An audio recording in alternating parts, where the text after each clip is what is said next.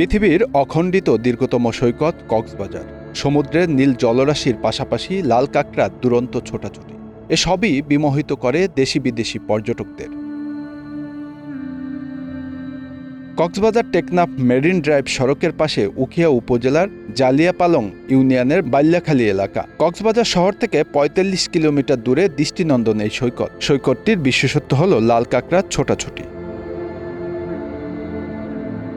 কেবল এই সৈকত নয়, কক্সবাজারের লাবণী, সুগন্ধা ও কলাতলি পয়েন্টেও গত কয়েক বছর আগে দেখা মিলত লাল কাঁকড়ার, যা বিমোহিত করত দেশি বিদেশি পর্যটকদের। মনে হতো কক্সবাজার বেড়াতে আসা অতিথিদের লাল গালিচা সংবর্ধনা দিচ্ছে কাঁকড়ার দল।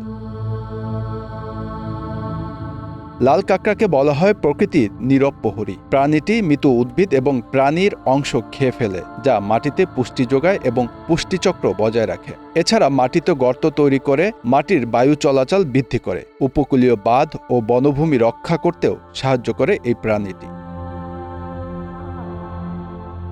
গবেষণার তথ্য বলছে, কক্সবাজারে পর্যটনের চাপ, সৈকতে যত্রতত্র বিচ বাইক ও ঘোড়ার চলাচল এবং পর্যটকদের অব্যবস্থাপনার কারণে লাল কাঁকড়ার বাসা ধ্বংস হচ্ছে। তাদের বংশবৃদ্ধির প্রক্রিয়াও বিরূপ প্রভাব ফেলছে। সমুদ্রের পানি দূষণ কক্সবাজার লাল কাঁকড়ার অন্যতম প্রধান শত্রু। সাগরের পানি বিষাক্ত হয়ে উঠেছে, যার ফলে সাগরের প্রাণীজগৎ এবং বিশেষত লাল কাঁকড়ার উপর ব্যাপক প্রভাব পড়েছে।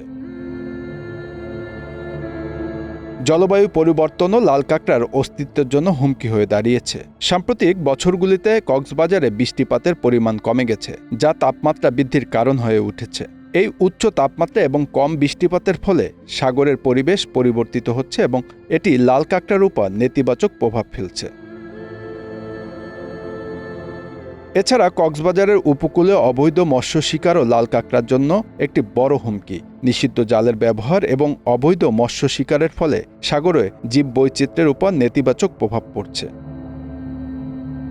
খোঁজ নিয়ে জানা যায়, কক্সবাজার থেকে টেকনাফ পর্যন্ত প্রায় ১২০ কিলোমিটার সমুদ্র সৈকতের দরিয়ানগর, বাহারছড়া, জাহাজপুরা, শাপলাপুর, শামলাপুর, ইনানি, হিমছড়ি, সেনা camp, Madarbunia, Monkhali, diabetic point, Teknaf উপকূল, বিশেষ করে সাবরাং এবং শাহপরীর দ্বীপ এলাকায় লাল কাঁকড়ার উপস্থিতি দেখা যায়। এই এলাকাগুলোতে জনবসতি কম এবং প্রাকৃতিক পরিবেশ লাল কাঁকড়ার জন্য আদর্শ।